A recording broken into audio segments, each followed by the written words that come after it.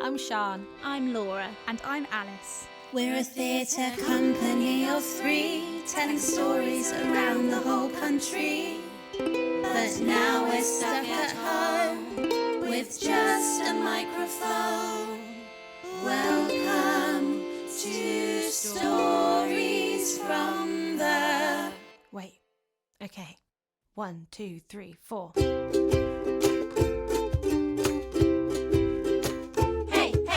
Jumble sales, blackmail, earthquakes on the Richter scale. Farmland, one-man band, chickens getting out of hand. Vintage cars, rock stars, cider at the bar. Cake mix, politics, stories from the sticks. Welcome to Stories from the Sticks, brought to you by Scratchworks Theatre Company. Whilst we can't be on the road, we're bringing stories from the road to you. Episode 6, Anne-Marie. Hey guys. Good afternoon. Or morning. Or morning, evening. depending where you are. It's afternoon for us, but not not for you. It could be 2 a.m. if you're struggling to sleep.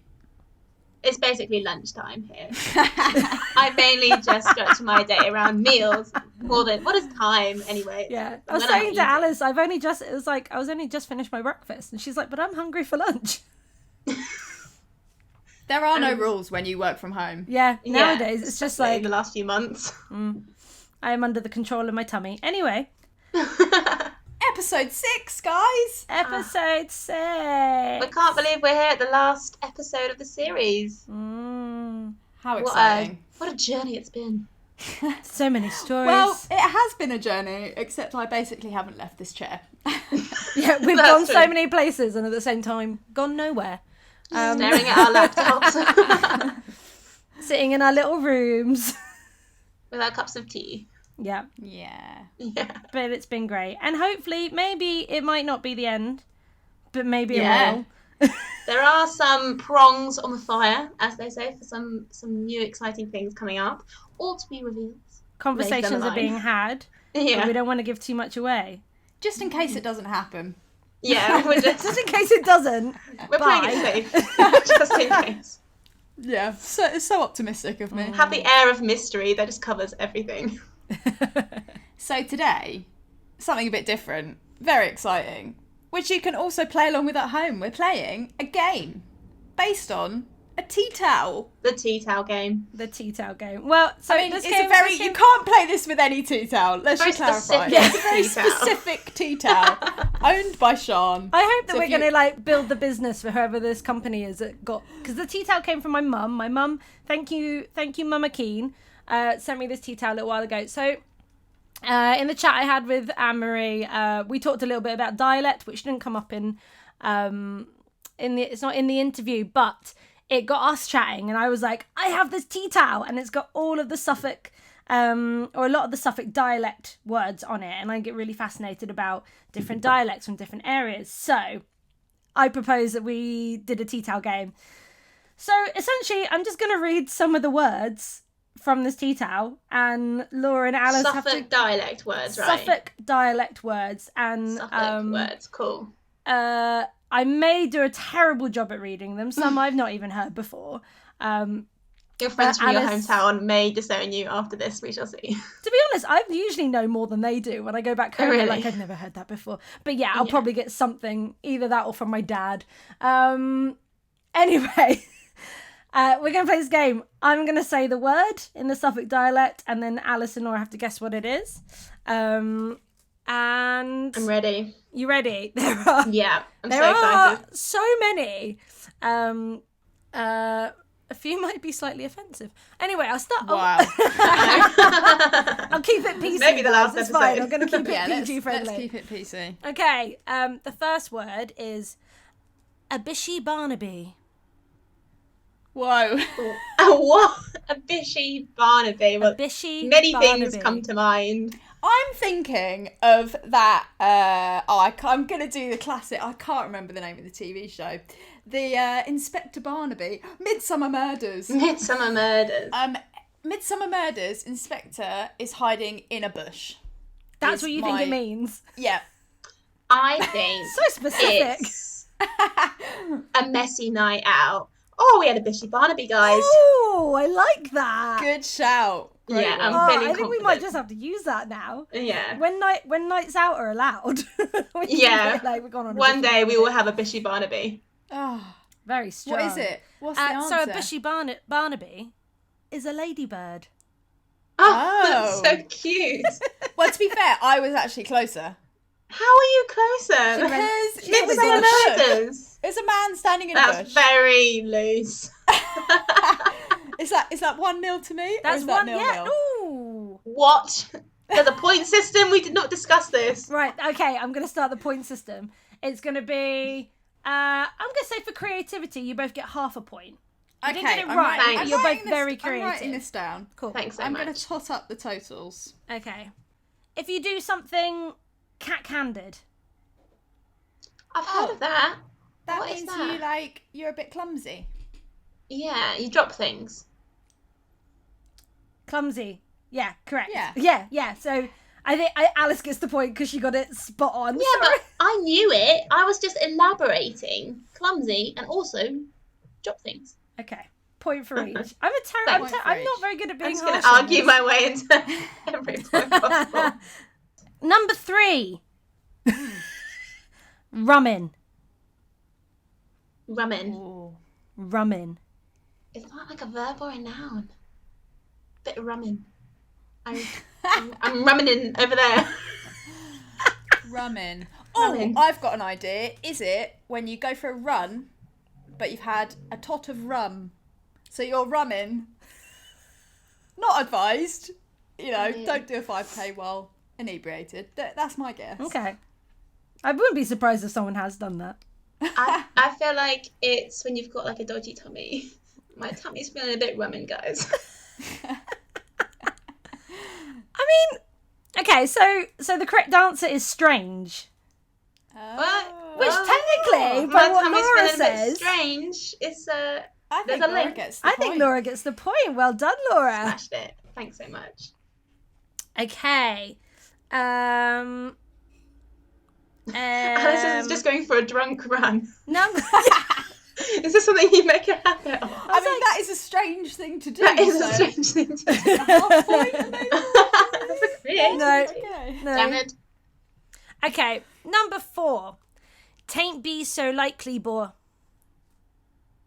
Not happening. It's not Could you happening. repeat that, please? Tain't be so likely, boy. Boy, take the other side. Boy. B-O-R. Yeah. It's But not yeah. going to happen. That's my interpretation. Okay. Mine is the opposite. It is gonna happen. So that if I, in whatever you may interpret that to be. And the correct answer is not very likely. Point to Alice. Hey! Yes. Right, I'm going to go for 2 more.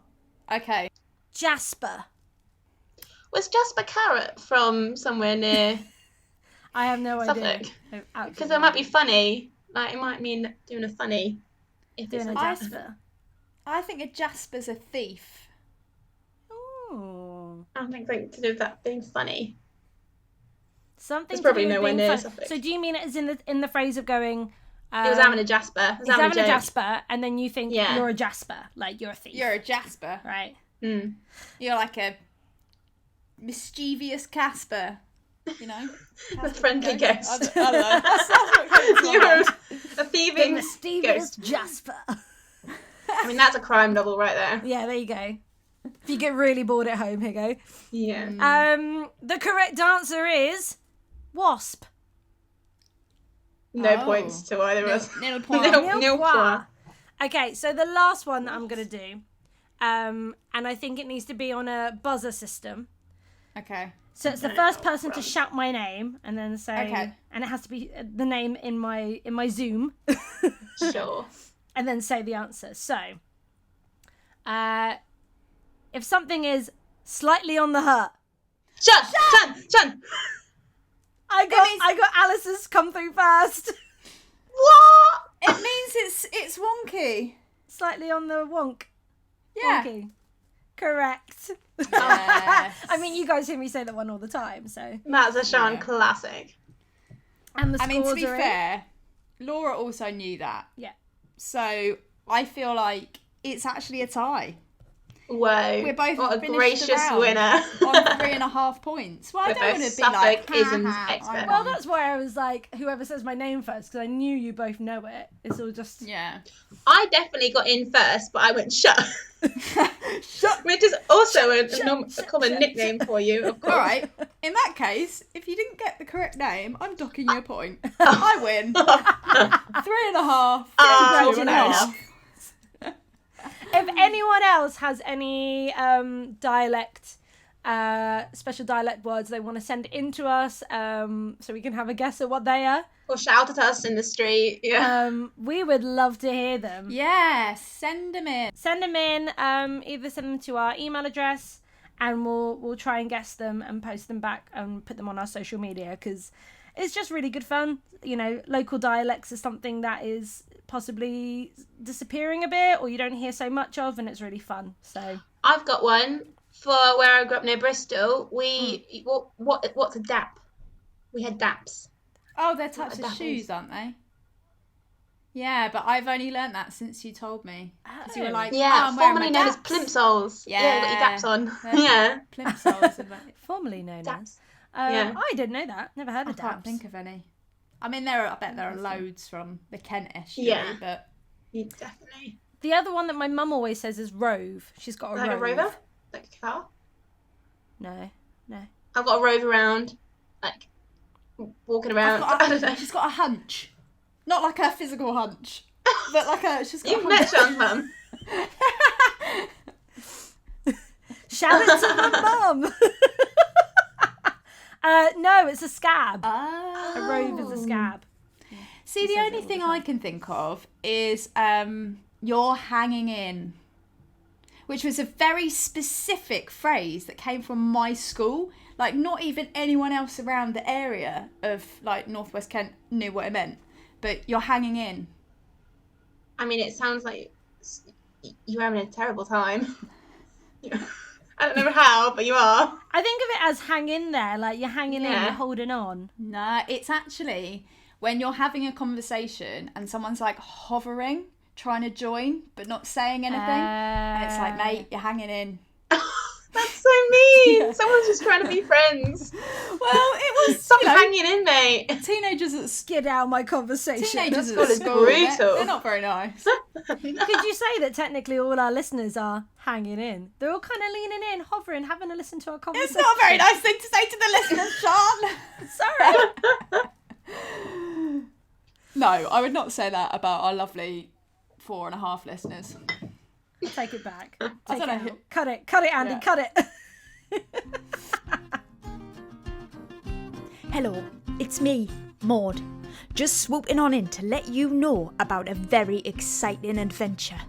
If you don't know me, I'm Maud, and I am an owl. Also, less importantly, I am the proud assistant to the most wonderful scientific explorer in all of Seldenburg. But also, I am an owl. And for the past few days, I've been packing me bag. And it's not easy, with wings and no thumbs, let me tell you.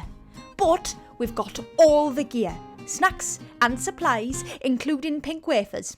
I will not go anywhere without me pink wafers. Anyway, I'm withering on. I wondered whether you, and maybe if you know any younger explorers, if you'd like to come with us on this journey. It's going to be an audio adventure to find the snow beast. And who? Wait, I did it wrong. So how do you say? Okay, right. So who's up for How do you speak? Oh, I was doing it then. I think for So, episode 6 we should I was just doing leave it this in. again. We just leave it on. Yeah, I think we leave it in. Let's not No, pretend, guys. I need to become slightly more professional than I am. Laura doesn't know how to speak until she's had 2 goes. Professionals overrated. You're fine. So guys, who's up for today's interview? Well, it's me. Shan! Shan! Back around, Shan. And I'm interviewing the wonderful Anne Marie from Shropshire. For the final episode in this series, we have made the journey north to Rorrington, a hamlet in West Shropshire, that sits cross-legged with Wales to its left and England's Midlands to its right.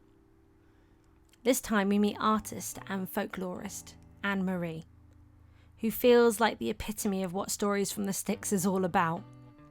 In lockdown, she's been running an online project, Folk, which encourages local people to share stories, songs, videos and paintings, responding to Shropshire's history and folklore. She told me that, although they don't live anywhere near each other, the people of Folk feel very much a part of each other's lives. Now, my internet provider has been having a mess around lately. I won't name and shame, so let's call them Burgentedia. Burgentedia decided they didn't want to play nice that day, so there were a few internet hiccups, but it's definitely worth it for the fantastic stories of Medgel the Witch, Sin Eaters, and much, much more. Hopefully I'm not going to say anything controversial. We haven't had anything major yet so far, but you just never know. You don't know where questions are going to take people. So it's true, and you just don't know what can sometimes just pop out of your mouth, and you think, did I really say that? To get started, really simply, if you could describe for our listeners where you are right now.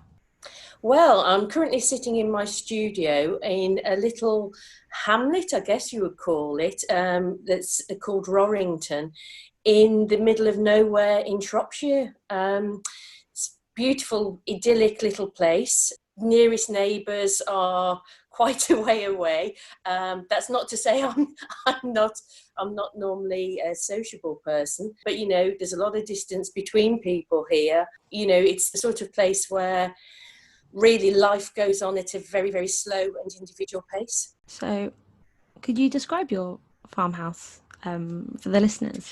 It's sort of like in a Jane Austen novel where the main character suddenly befalls some terrible hardship and they have to move from the big house, and they then move to this sort of ramshackle, quite big sort of place, but it's sort of dishevelled, sort of farmhouse type place. That's what our farmhouse looks like. Very dishevelled, but kind of romantic in a way. And this property, we just saw it on the internet, and it just seemed to call us. That's the only way I can describe it. Is it just really called us. So we came and had a look at it. And we were greeted by hares that were literally romping around in our garden, as it is now, and on the driveway. And as soon as we saw that, it was like, we've got to have this place. This place is definitely, where we want to be. So, we took it on about 10 years ago, actually. And it's sort of like a haven for wildlife, and as I've sort of said, it's quite a crumbling building, but that means that we've got so many little creatures that live with us. So we sort of currently house mice. They don't come in the house; these are sort of like all on the outside. I hasten to add, well, they may come in. But we've got mice, we've got swifts, we've got sparrows, we've got bats that are sort of, currently we've got some baby bats that we can hear sort of, ready to sort of fledge out and fly into the world. As I said, we've got hares. So the hare this year, we had her give birth to 2 leverets in our garden. We were able to literally watch her give birth to these 2 little babies, which was absolutely amazing. We've got sort of foxes, you name it. We've got red kites that soar the skies around here. It is really beautiful, but it's also quite a hard landscape to live in as well. There is that harshness to it. We are quite isolated, and so, you can become quite isolated as people yourselves, and you can almost forget about sort of the rest of what's going on in the world. I mean, obviously we have the internet, and we rely on that a lot, really, to sort of keep in touch.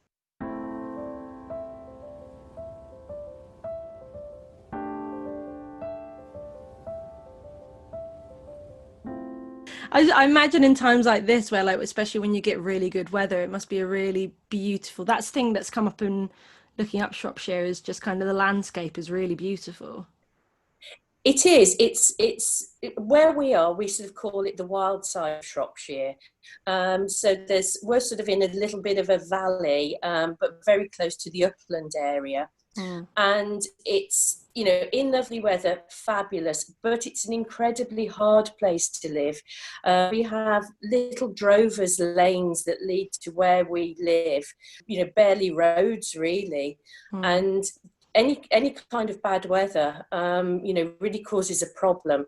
If it snows, we invariably get cut off. But, recently, Shrewsbury, Shropshire was affected quite badly by floods. And certainly by us, where we're in these sort of drovers' lanes, basically it's a track with very high sides either side. We had quite a few landslides of mud because there was just so much rain. Literally the banks of the sort of like the hedgerows couldn't take it. So we had these sort of landslides of mud, again blocking our way out of the village.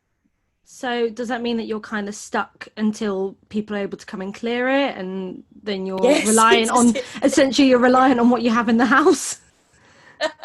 It is exactly like that. I mean, in some ways, sort of the preparation for coronavirus of keeping the extra loo rolls in type thing. It's something that really we always have to have a sort of a little bit of a stockpile of things because there aren't any shops really very near to us. The nearest shop is about 5 miles away. So, you just are always sort of prepared just in case. And even now, it's been quite windy and rainy around here this past month, really. So while the trees are in full leaf, what that means is we've had quite a few trees that have come down. So again, they've been blocking the way out, because obviously trees in full leaf are very prone to falling when it's, these summer winds. So interesting. You guys must have been probably one of the most prepared in regards to the pandemic, of not having to panic about loo roll and going, oh no, we've been sorted for a while. Yeah, we're kind of like loo roll. Yeah, we have that. Oh, that's great. It's a yes and no, actually, to that though, because what we did find was then, because we normally had our shopping delivered to us, because as I say, we live so far in the sticks. It's actually a good thing, cost us more in fuel to go out to the shops. So we sort of were very lucky we could get sort of some food deliveries. But when, the virus hit, all of those food deliveries went. So suddenly we had to go out to shops a lot more. And what we found, even though we're in really quite an agricultural area, we had a massive shortage of fresh food, really. That was the main thing. So we thought we were sort of like in danger of getting scurvy because we couldn't get fresh vegetables or fruit. So my daughter, who lives in London, was sort of there with all of these lovely exotic foods that she was able to access, middle of a city. And us here, we were like, oh, we've got a lemon today. What can we do with it? So like the novelty, well, not novelty, I suppose it's not the right word, but the excitement of like fresh fruit and veg is that kind of takes us back a bit, doesn't it? Of like, seriously, it seriously was. I mean, when we finally got a reasonable amount of fresh vegetables and fresh fruit, we were just like, oh my gosh. And celery, which is normally kind of quite a bland sort of food, isn't it? It's not known for its flavour. Oh, yeah, I mean, I don't jump to buy it. Yes, fresh celery. We were like, oh my gosh, how wonderful, the flavour. And we sort of like ate up about a week's supply of fresh food in sort of 2 days because it was like nectar. It was amazing. I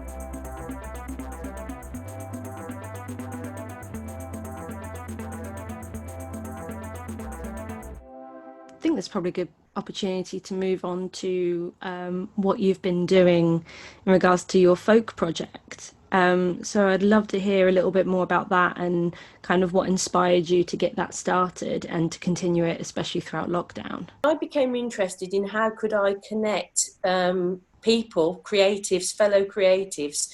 And so I founded a group that was called Folk. And Folk really has always been in part an internet-based group. What we did was we started taking activities, events, and we even ran a couple of local festivals in places that wouldn't necessarily have those kinds of things going on. And most of our work has been connected to the folklore of Shropshire, and we sort of do creative responses to that folklore. And our group is made up of the arts in the broadest sense. So we've got creative writers, we've got musicians, we've got poets, we've got visual artists, storytellers, we've got craft artists. We've got, really got a real breadth of the arts there. And then basically what happened was we were very lucky, and we were given some awards for all funding just literally before the lockdown, and we had intended to continue our work of taking work out into places, and we called them kindful cafes. And the idea behind that was that it was about, first of all, when we first gathered with each other, just sort of thinking about our experiences of how we can be kind to each other, and the things that we have received out of kindness.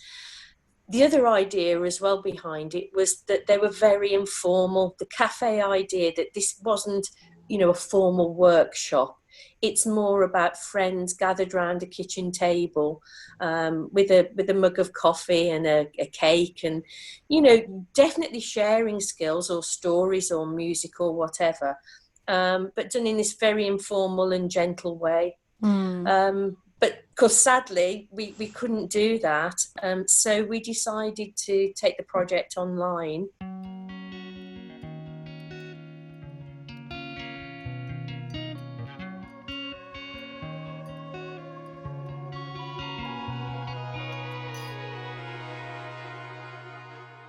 The thing that you have to understand is this is still quite an agricultural community.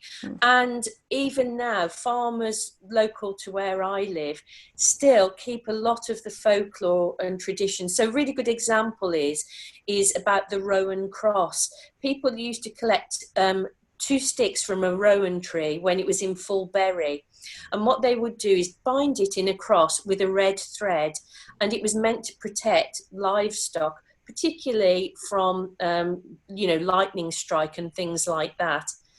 Even now, local farmers by here will do that. They'll collect the rowan, they put it up on their barns to protect the livestock.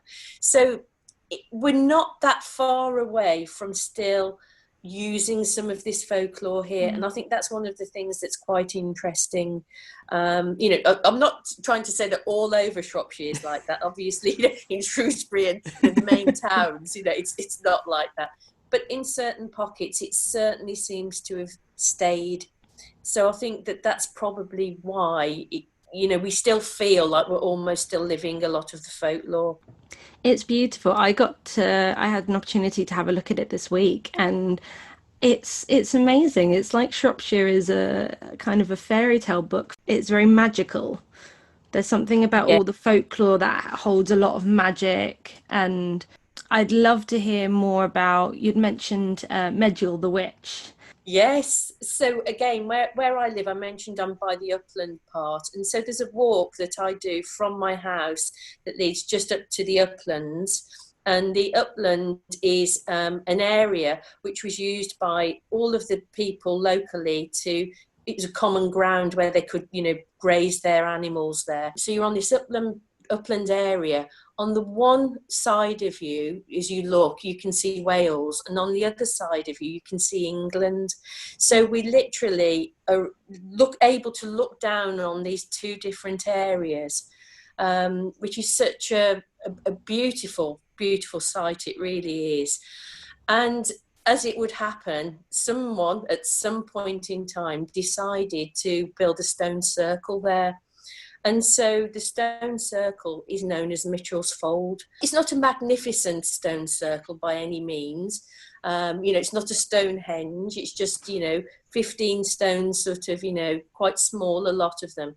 But there's a real feeling of, on this place.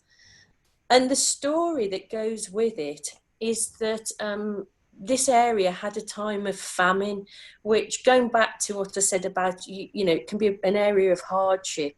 I can really see that. And this famine, some stories say it was because there was a drought. Some stories say it's because there was so much rain.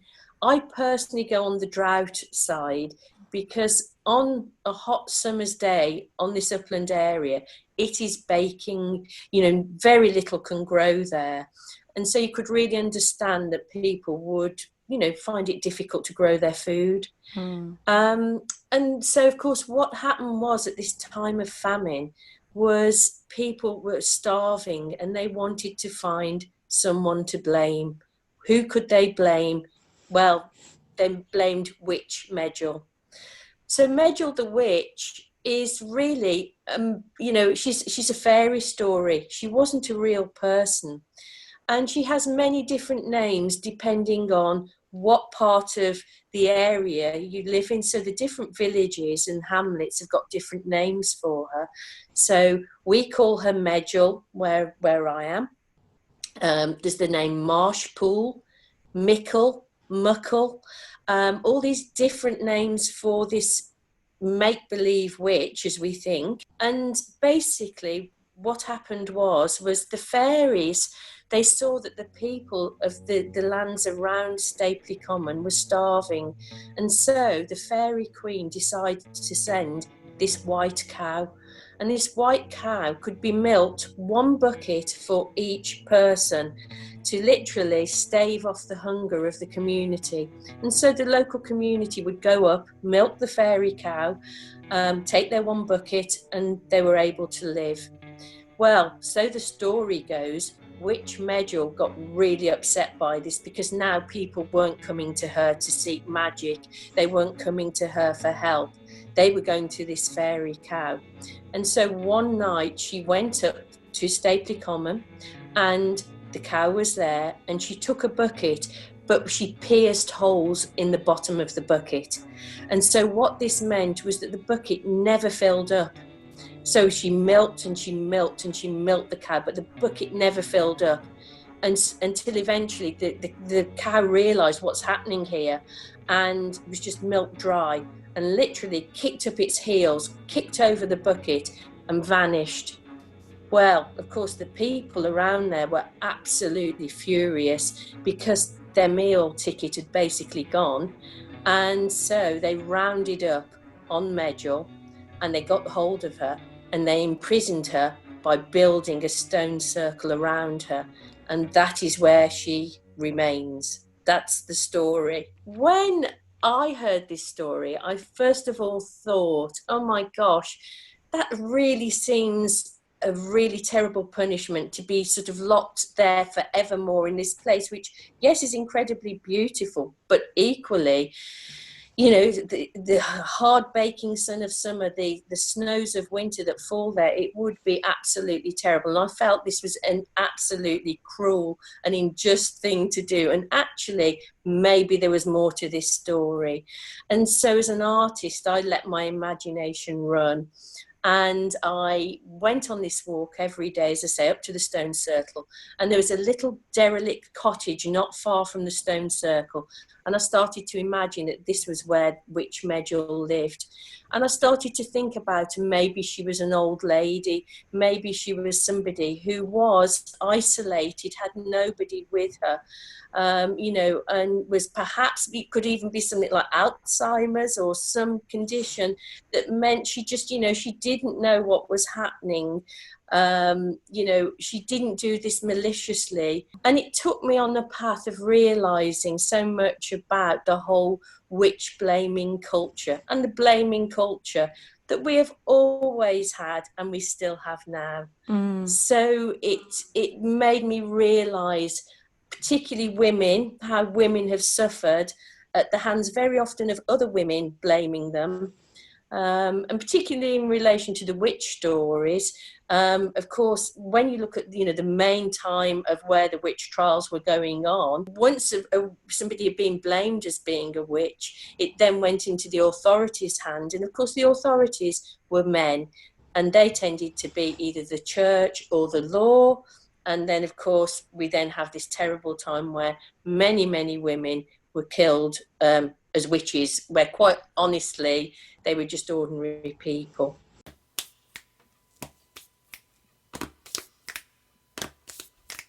Mickle and Muckle, Medgley and Mitchell, Medgel and Mushpool. Malevolent milker, Mickle and Muckle, Medgley and Mitchell, Medgel and Mushpool. Malevolent milker.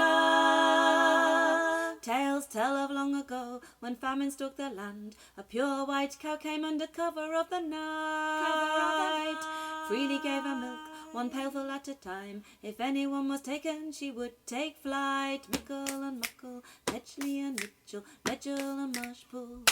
Malevolent milker, Mickle and Muckle, Medgley and Mitchell, Medgel and Mushpool. Malevolent milker. A malevolent old witch was jealous of this gift. She plotted and she schemed to overthrow.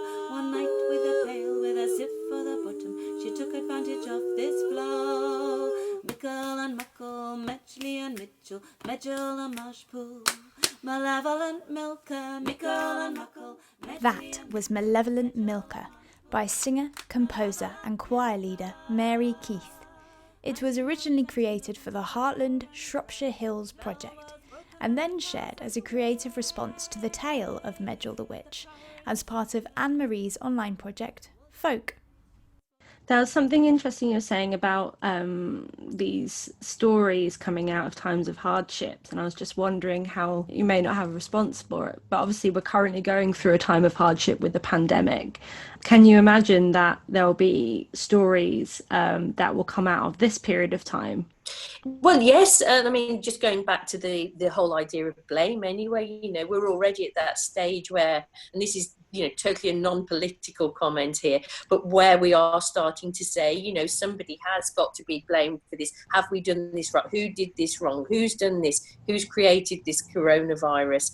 So we're already into that sort of mode at the moment anyway. And I think also just in regards to the idea of these things happening to us, we don't quite know why they're happening to us. Certainly in folklore, there would be folklore that would, whether it be a story of a witch or whether it be different sayings and ways that sort of look at these times where people have had, whether it's plagues or famines or whatever. I think our responses that we're doing in a lot of ways are very similar. We're not that different from our past, really, I guess is what I'm saying. And I mean, just yesterday was St. Swithin's Day. So St. Swithin's Day, do you know about that? No, I don't. No? So St. Swithin's Day, there's a little rhyme, which is, St. Swithin's Day, if thou dost reign, for 40 days it will remain. St. Swithin's Day, if thou be fair, for 40 days 'twill rain nae mair. So no more rain. Well, here we had rain on St. Swithin's Day. So we're absolutely now 40 more days of rain is now going to follow. Oh, God. But there's another little bit of Shropshire folklore from that, which was about a woman who on St. Swithin's Day, if it rained, what she would do was go out and collect the rainwater on this St. Swithin's Day. And she would make a cake. We don't know what kind of cake it was, but she would make this cake using the rainwater, and it would be able to be given to people. One of the things it was meant to help was problems with the bowels, apparently, but also, it was like a restorative to the community. But if it didn't rain on St. Swithin's Day, she couldn't collect the rainwater, she couldn't make the cake. And it would mean then that there would be disease and pestilence and hardship in the area, for at least 40 days. And it just really resonated with this whole thing of coronavirus. Yeah. And the fact that it did rain, and I'm thinking, I really hope she's made that cake so that now we're not going to have any more of this, or it's going to start to tail off. You know, so I'm kind of thankful it rained. I'm hoping she made the cake. But you know what I mean? It's just that way that we try and explain and explore these things, to, you know, try and decide, why is this happening to us now? Yeah, I think folklore, well, I suppose it's just my opinion, it's a really brilliant way of being able to process and understand things that are difficult to process and understand, so that our imagination almost comes in and takes that off our hands a little bit and helps us process it, which is yes, a I think that's thing our brain does. I think that's true. And you know, I mean, obviously now we're so much further in terms of science, you know, and that was when folklore sort of started to decline, really, was sort of, you know, as science took off and we started to find real, in inverted commas, real explanations for things that were happening. But I go back to us people who are creative people, particularly, we're the sort of people that like to let our imaginations ramble and to sort of explore these different things. And you know, I'm very interested in science, I have to say, so it's not that I'm an anti-science person, and a lot of work and artists that I've worked with have been related to science. A lot of the projects have been, you know, art's a great way to further explore and explain science.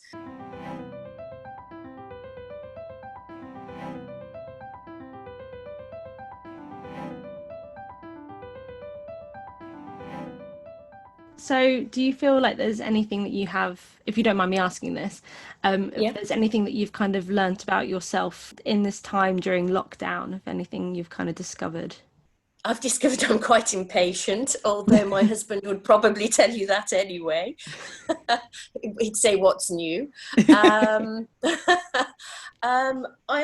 don't like being locked down. So, you know, the idea that we live somewhere that's already quite isolated anyway, but we've always had the freedom to go out and about. And because I'm, you know, as well as an artist, I'm a folklorist. I've literally travelled around the United Kingdom because that's my area. My sort of specialist area is UK folklore, because I put together a diary every year called the Country Wisdom and Folklore Diary. And what that does is it literally celebrates the folklore of the United Kingdom. So normally, you know, I'd be travelling all roundabouts collecting folklore, you know, so travelling to the Orkneys maybe was one of the things we did last year. You know, just travelling where people tell me there's something to find, I would go and find it. And of course then lockdown happens and suddenly we can't go anywhere. And whilst I've always been, you know, really, really happy to travel to these places and then I come back to my idyllic home, just being stuck in my idyllic home has sometimes also felt like a little bit like an idyllic kind of hell, I have to say. You know, if I'm honest. And I think it challenged me artistically as a creative person. The internet didn't help to start off with, because there was many artists that were out there who were saying, oh, this is fabulous, this is great, and I'm making this and I'm making that, and I'm thinking, oh, I'm making nothing. You know, it seemed to really destabilize my creative process, I would say.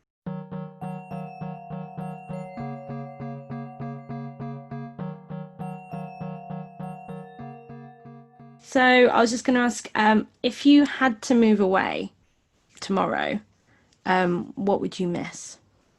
Oh, well, I guess it would be this idea that I feel a custodian of this house that's kind of become an all creatures commune, shall I say.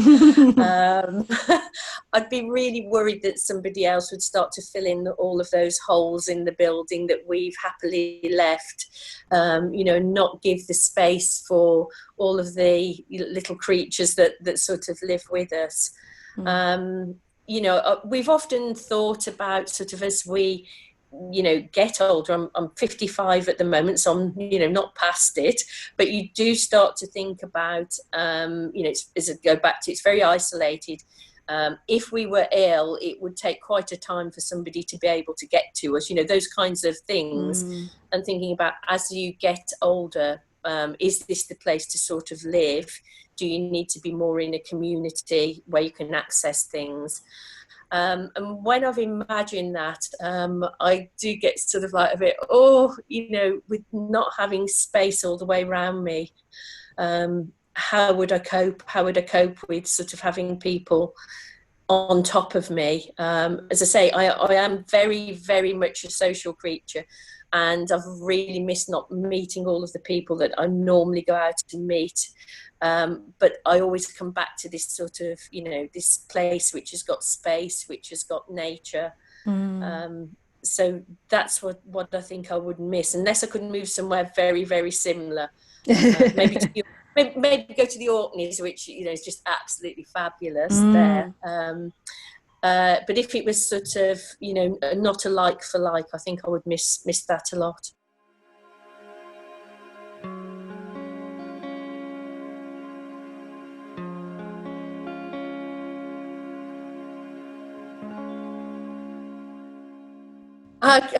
I guess I've rambled long enough, haven't I, really? There's so many stories around here that I could tell you. We could, just keep going on forever. Stories of sin eaters, which is another, big folklore tradition around here. What's a Have you sin heard eater? of it? No, tell me. I'll tell you anyway. Well, where we live, again, sort of on the borders, there was a tradition of sin eating.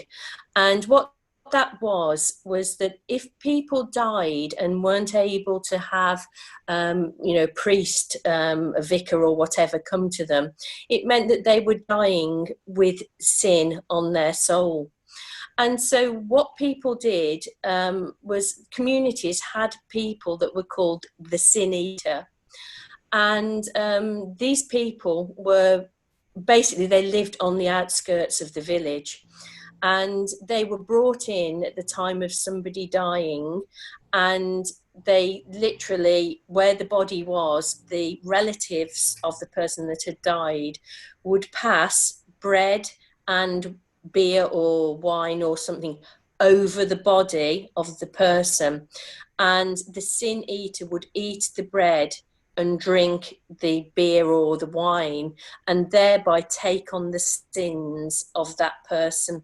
And so that person, the sin eater, lived with sin on their soul. They took on the sins of all the community. And it died out not that long ago, 1800 sort of time, it was still sort of going on. There's rumours that there's people that still do that, I hasten to add. But in a village nearby that's called Ratchup, it's spelt rattling hope, but lots of local people pronounce it Ratchup. The last sin eater known round here lived and died, and his name was Richard Munslow. And he was really unusual because by then, we know from him that the sin eater was actually somebody that then lived in the community. So he was a local farmer, he had children, he lived a normal life, but he was also the local sin eater. And so, sort of by that time, as I say, they weren't these outcasts, but certainly going on to that, what we were saying before about, people being different, these people, they were actually doing a service for their community. They were known to the church people, they kind of like lived side by side. But they were these people that were outcasts.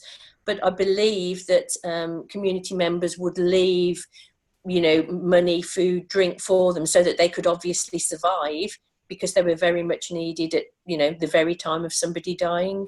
So that's another little one that's sort of associated with round here. That's so fascinating. I mean, I could talk to you about all the different folklore for ages, but I want to give you your afternoon. Yes. Yeah. Thank you so much for chatting to me. It's been really interesting. So thank you so much for giving your time. That's brilliant. Thank you so much. And let's keep in touch anyway. Yeah, that'd be lovely. I have feeling that there might be some link, at some point.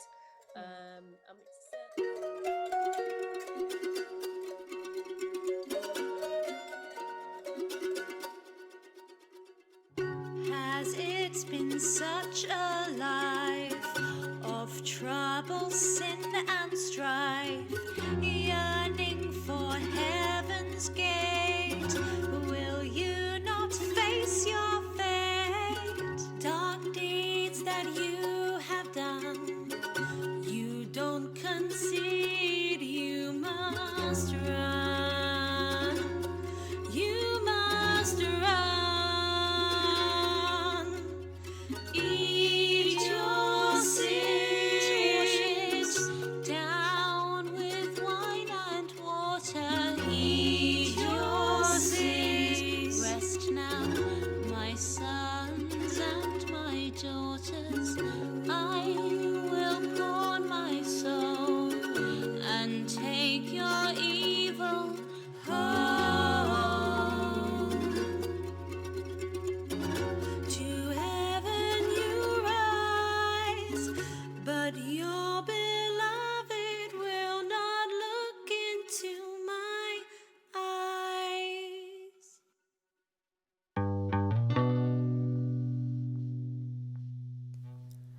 Since our chat, Anne-Marie told me that their online folk project has tripled in members, and her country wisdom and folklore diary that she's created has been printed and is now selling.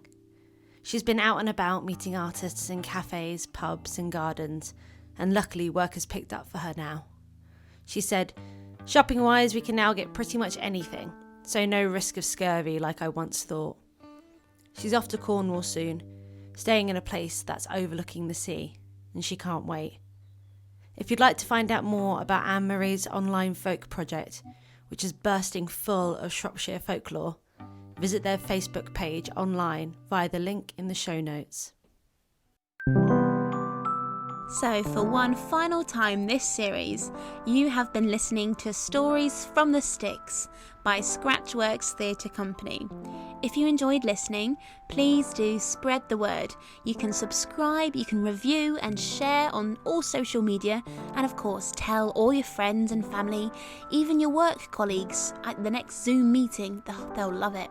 And for anyone less confident with accessing podcasts, we find sending them the YouTube link does the job.